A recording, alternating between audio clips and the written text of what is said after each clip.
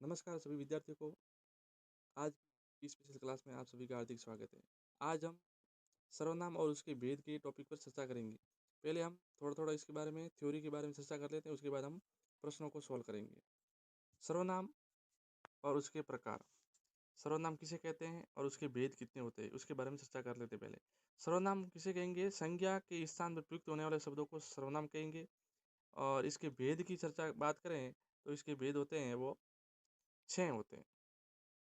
सबसे पहला भेद है वो आपके हैं पुरुषवाचक सर्वनाम, निश्चयवाचक सर्वनाम, अनिश्चयवाचक, निजवाचक, संबंधवाचक और प्रश्नवाचक।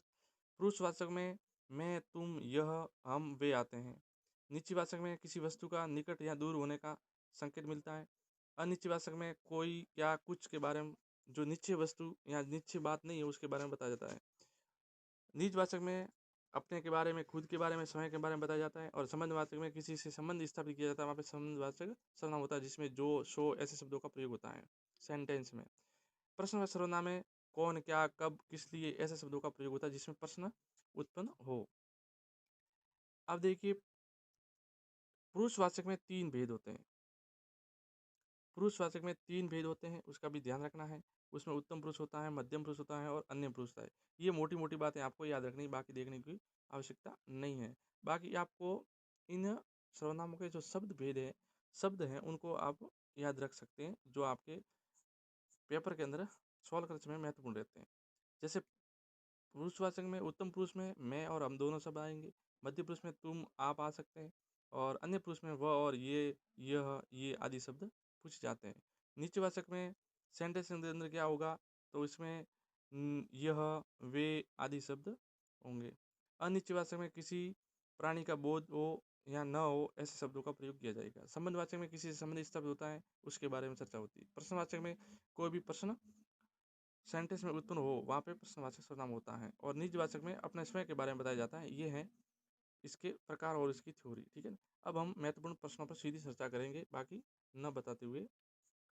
अब हमारा पहला प्रश्न है कि हम क्या है, इसमें कौन सा पुरुष है? हम है वो क्या है? तो इसमें उत्तम पुरुष है आपका। ठीक है ना? दूसरा प्रश्न है सर्वनाम के भेद होते हैं। तो सर्वनाम के कितने भेद हैं? आप सभी को पता है सर्वनाम के 6 भेद हैं मुख्य रूप से। ठीक है ना? तो 6 भेद, इसका मतलब ऑप्शन है वो डी करेक्ट आंसर है। तीसरा प्रश्न है यह कौन सा सर्वनाम है? यह शब्द में कौन सा सर्वनाम है? तो यह शब्द में कौन सा सर्वनाम है? यह शब्द है वो निश्चयवाचक सर्वनाम है, क्योंकि यहाँ पे निश्चित शब्द का बोध करवा रहा है। चौथा प्रश्न है तुम, तू, आप, यदि हिंदी में कौन से पुरुषवाचक के अंदर आते हैं? तो ये आते हैं आपके मध्यम पुरुष में आते हैं। ठीक है ना? यानी ऑप्शन सी है वो करेक्ट आंसर है। पांचवा प्रश्न है वह कल विद्यालय जाएगा, इस वाक्य में कौन सा सर्वनाम है? तो वह कल विद्यालय जाएगा, तो इस प्रश्नवाचक में सर्वनाम है वो आपके हैं वह। इस सेंटेंस में वह है वो सर्वनाम है।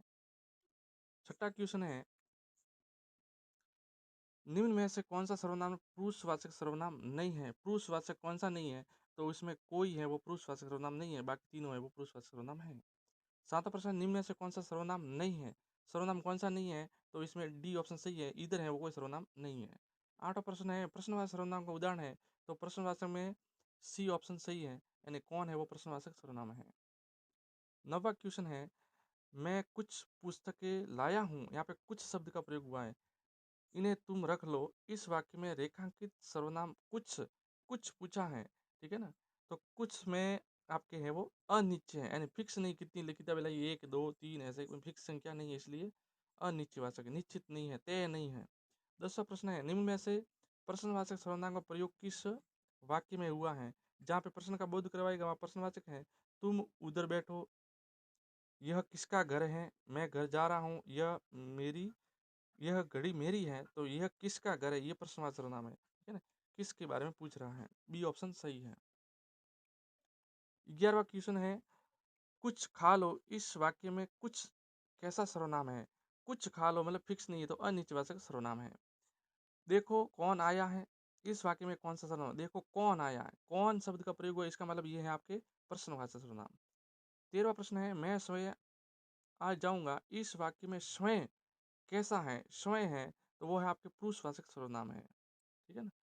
मैं पुरुषवाचक सर्वनाम है। ठीक है ना? लेकिन यहाँ पे स्वयं शब्द का प्रयोग हुआ है, तो अपने बारे में बता रहा है, इसका मतलब पुरुषवाचक ना होकर आपके निजीवाचक इसमें करेक्ट आंसर माना जाएगा। 14वां क्वेश्चन है, यह राम का घर है, इस वाक्य में यह कैसा सर्वनाम है? तो यह सर्वनाम वो कैसा है, वो आपके हैं निश्चयवाचक है, ठीक है ना, क्योंकि यहाँ पे राम का घर है वो फिक्स है, निश्चित है। 15वां क्वेश्चन है, आप मेरे घर पर अवश्य पधारे, इस वाक्य में आप कैसा सर्वनाम है? तो आप है वो कौन सा सर्वनाम है, वो आपके मध्यम पुरुष के अंदर आएगा, यानी ऑप्शन बी करेक्ट आंसर है। छठा क्वेश्चन, निम्नलिखित किस वाक्य में अन्य पुरुष का प्रयोग हुआ है? अन्य पुरुष का प्रयोग हुआ है, वे पढ़ रहे हैं, यानी सी ऑप्शन है वो करेक्ट आंसर है। 17वां क्वेश्चन है, निम्नलिखित वाक्यों में से किसमें उत्तम पुरुष का प्रयोग हुआ है? उत्तम पुरुष का प्रयोग किसमें हुआ है? तो इसका बी ऑप्शन है वो करेक्ट है, आज मेरे घर में पूजा है, ये करेक्ट आंसर है।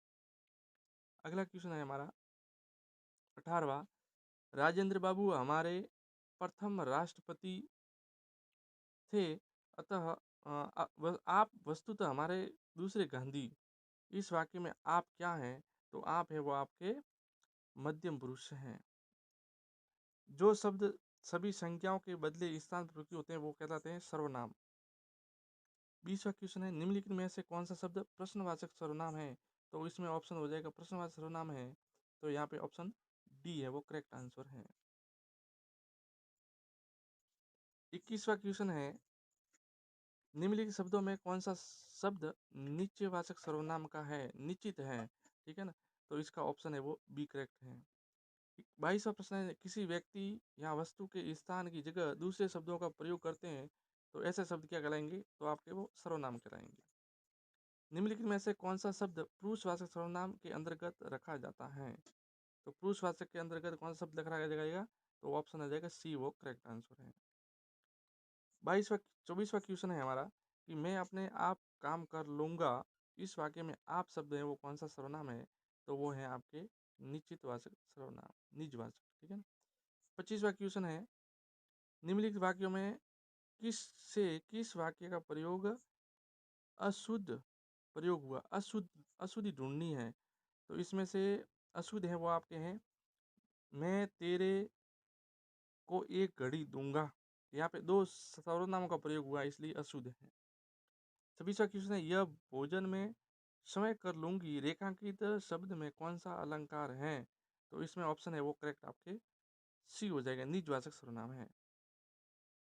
27वां क्वेश्चन है, आप चले जाएं, रेखांकित शब्द में कौन सा अलंकार है? आप चले जाएंगे, तो यहाँ पे मध्यम पुरुष सर्वनाम है।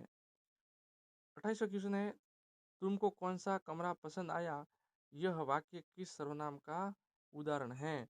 तो इसका ऑप्शन है वो राइट हो जाएगा आपके ऑप्शन ए। इसका पीडीएफ भी आपको टेलीग्राम और व्हाट्सएप चैनल पर मिल जाएगा। जय हिंद, धन्यवाद।